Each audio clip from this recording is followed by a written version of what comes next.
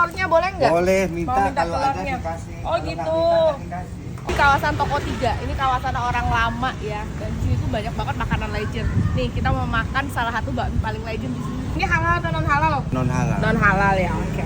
Walaupun ayam pakai minyak babi ya.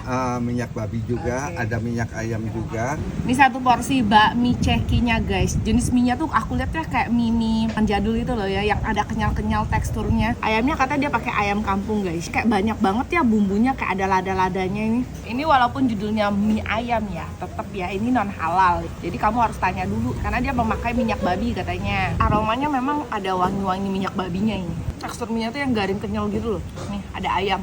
Topping ayam kampung. Ayam kampungnya tuh yang agak kering, gurih-gurih asin doang gitu. Ini gue suka nih. Sama tekstur mie-nya ini jadul banget lah.